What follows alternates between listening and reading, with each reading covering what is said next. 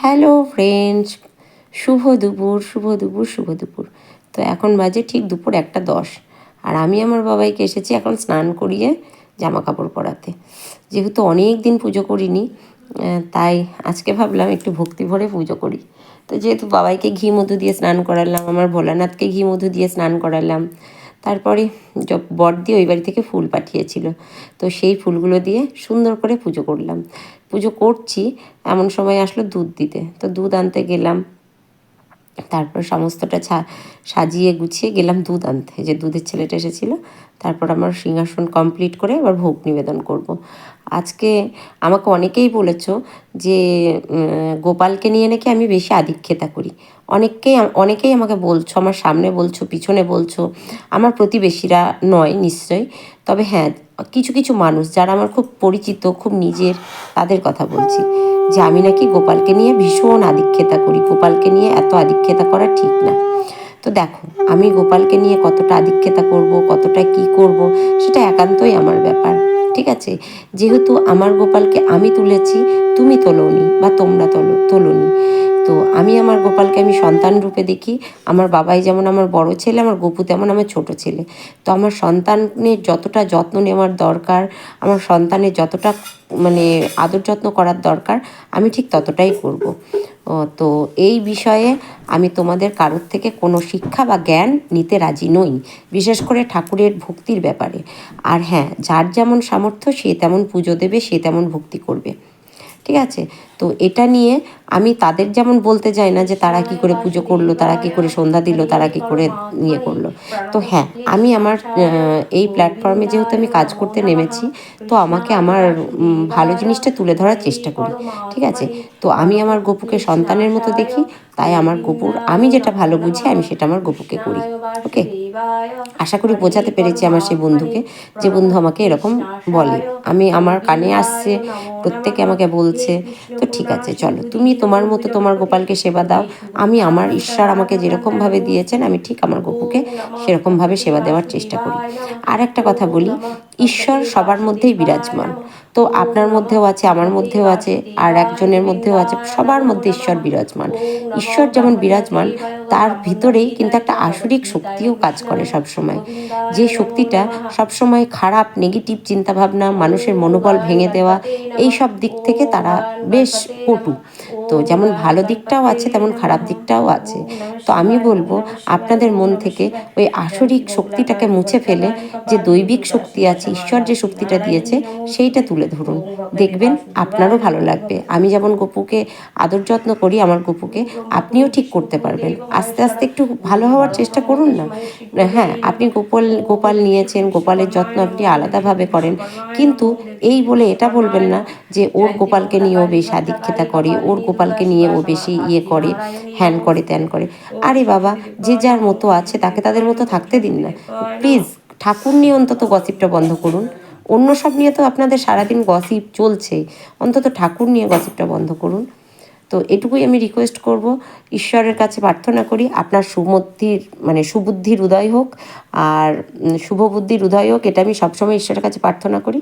আপনার গোপালকে আপনি ভালোভাবে সেবা দেন, যত্ন করুন, আর আমি আমার গপুকে ঠিক আমার মতো, আমার সন্তানের মতো আমি ওকে লালন পালন করি। আমি আমার সন্তানকে যেভাবে বড় করে তুলেছি, আজকে আমার সন্তানকে তো কেউ খারাপ বলতে পারে না, না?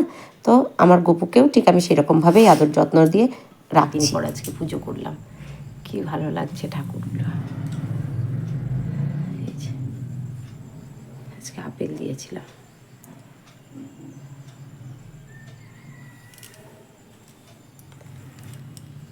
Hello friends, hello hello hello, শুভ দুপুর, শুভ দুপুর, শুভ দুপুর। অত সকাল থেকে আমি তোমাদের সামনে আসতেই পারিনি, কারণ কাজ ছিল প্রচুর। আর আজকে চুলটা শ্যাম্পু করলাম, তো শ্যাম্পু করে অনেক দিন পুজো দেওয়া হয়নি, প্রায় গা বিড়বিড় করছিল, ভাল লাগছিল না। তবে হ্যাঁ, আমি গপুকে পুজো দিয়েছি, গপুকে আমি পুজো করি, গপুকে দিয়েছি। তো আজকে সব ঠাকুরকে পুজো দিলাম, ভালো করে পুজো টুজো করে গপুর শয়নও দিয়ে দিয়েছি, গপু ঘুমিয়ে পড়েছে। আর বাবু গেল হচ্ছে তেহট্ট, ওর ওই ড্রাইভিং লাইসেন্সের আজকে ট্রায়াল আছে, তো সেটা দিতে গেল। আর হচ্ছে আমার যাওয়ার কথা ছিল, দেখি ফোন এসেছে কান্তিবাবুর, যে করেছে পরকে। তো আমার যাওয়ার কথা ছিল, আমি পারছি না, আমার শরীর ভালো করছে না। তো আমি ওই জন্য গেলাম না, বলছি তুই যা, আমি পারছি না। ওর একটা বন্ধুকে নিয়ে গেল। আর হচ্ছে আজকে আমাদের গাড়ির যে কন্ট্রাক্টর বঙ্কাদা, তো বঙ্কাদার বাড়িতে আজকে নিমন্ত্রণ। এবার যেতেই হবে কাউকে না কাউকে। কান্তিবাবু বলছে না গেলে একটা কেমন খারাপ দেখায়, চল। তো আমাকে যেতে বলছিল, কিন্তু আমি পারছি না। দেখো আমি পারছি না, ঠান্ডা লেগেছে প্রচণ্ড। আবার ঠান্ডায় এতটা রাস্তা বাইকে যাব আবার আসবো। তো ছেলে বললাম তাহলে তুই ফল মিষ্টিটা তুই গিয়ে দিয়ে আসবি। আর যদি বলে মা আসলো না, বাবা কেউ আসলো না, আমার বাবা তো অনুষ্ঠান বাড়ি খায় না, আর মা প্রচণ্ড ঠান্ডা লেগেছে যেতে পারছে না। তো এই হচ্ছে ব্যাপার।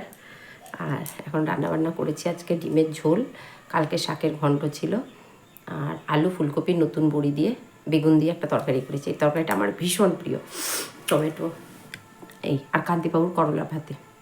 আর বড়দিও বাড়ি থেকে পাঠিয়েছিল পরোটা, কাবলি ছোলার ঘুগনি, পায়েস, মিষ্টি। তো পরোটা আমার জন্য দুটো পাঠিয়েছিল, আমি এটা সকালে খেয়েছি, খেয়ে ওষুধ খেয়েছি। আর এখন একটু কান্তিবাবুকে খেতে দেবো, আমি একটু খাবো। এই হচ্ছে ব্যাপার। আর ছেলে তো এইটুকু খেয়ে গেল, বেশি খায়নি, এইটুকু খেলো। তো যাক, ও ঘুরে আসুক, আমি ততক্ষণে কান্তিবাবুকে খেতে দিই, আমি নিজে খেয়ে শোবো। এখন আর বাসন কুসন ধুতে পারছি না, ভালো লাগছে না। খেয়ে উঠে আমার একদম বাসন ধুতে ইচ্ছে করে না। চলো, গপুকে শয়ন দিয়ে দিয়েছি। এই দেখো, hello friends, good evening, good evening, good evening. তো এখন আমি এসেছি চা বানাতে। সন্ধ্যাবেলায় বিকেলবেলায় বেরিয়েছিলাম হচ্ছে আমাদের সঞ্চিতার সাথে, আমাদের যে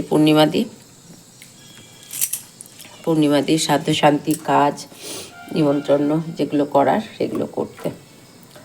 কি আর করা যাবে, করতে তো হবে, সময় তো থেমে থাকে না না।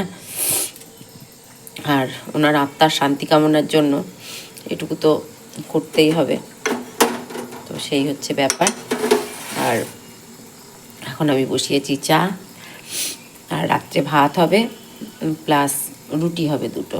ভাত অল্প একটু আছে, ছেলে বললো মা একটু ভাত খাবো, তো একটু ভাত বানিয়ে দেবো ওর জন্য।